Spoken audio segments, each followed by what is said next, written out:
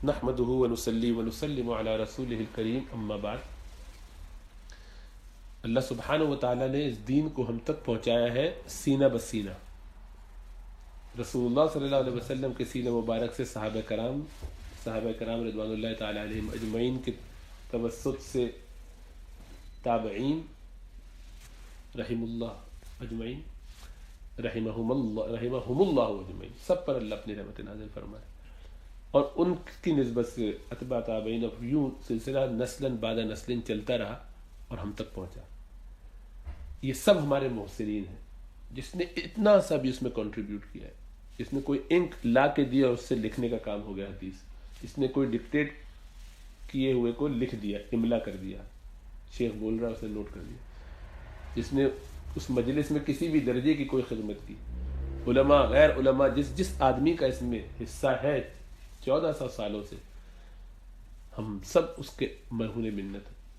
اس لیے کہ اگر رسول اللہ صلی اللہ علیہ وسلم کی تعلیم کو صحابہ آگے نہ پہنچاتے، ان کی تابعین آگے نہ پہنچاتے، تو ہم تک کچھ نہ پہنچتا، اور ہم جاہلوں کی طرح زمانے جاہلیت میں جیسے پڑے تھے لوگ بغیر وحی کے فترت کے زمانے میں، ہم بھی تباہ و برباد ہو جاتے. کسی انسان کا چھوٹا سا احسان ہوتا ہے، ہم اس کو ساری زندگی اپریشیٹ کرتے ہیں. ایک آدمی ہمیں کبھی گھڑی ایسی تھی، مشکلات کی، پریشانی کی، امتحان تھا، سنگین تھا، بڑا مسئلہ تھا، اس نے سپورٹ کر دی، تو آدمی کہتا ہے کہ یار اس نے بڑا احسان کیا، اس کا شکر ادا کرتا ہے. اور جس نے ہم پر احسان کیا والدین کی شکل میں، ہم کو دنیا میں ظاہری سبب بن کے وجود بخشا، ان کا بڑا احسان مانتے ہیں.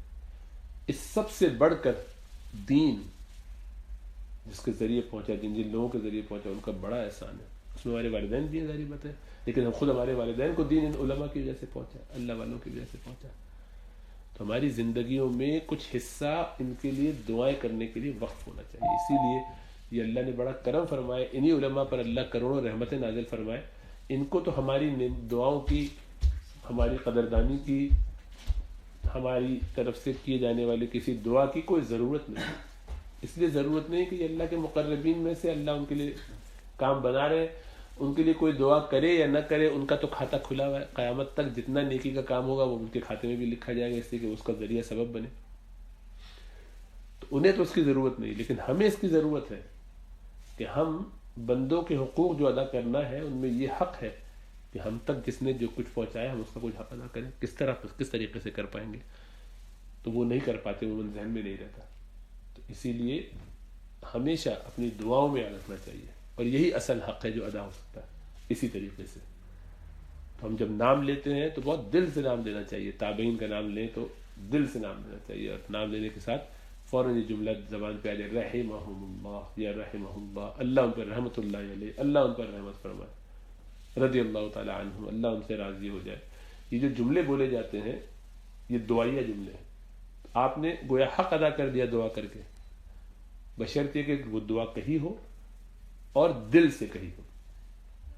اور بھی جو دعائیں ذہن میں، ہمارے ایک استاد ہیں، وہ ہمیشہ دعا میں رضی اللہ عنہم یا رحمت اللہ علیہ رحمتا واسعہ، یہ کہتے ہیں، رحمت اللہ علیہ رحمتا واسعہ، یہ اضافہ کرتے ہیں اس کا، بڑی وسیعت، بڑی وسیع رحمتیں، بہت رحمتیں نازل فرمائے. تو کیسا جذبہ زبردست.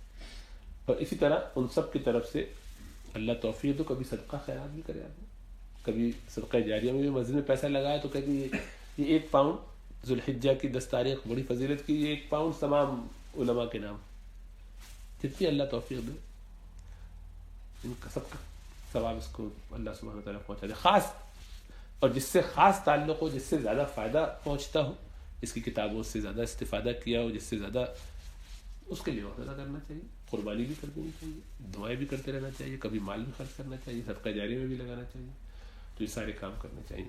اللہ میں توفیق دے قدردانی کرنے کی اپنے ان بڑوں کی، تاکہ ہمارا دین جس طرح سے محفوظ ہے. اللہ کی ذات سے امید ہے کہ یہ چیزیں ہماری اولاد بھی دیکھے گی، سنے گی، ان کو بھی معلوم ہوگا، تو انشاءاللہ تعالیٰ وہ بھی یہ کام کریں گے. اللہ فضل فرمائے.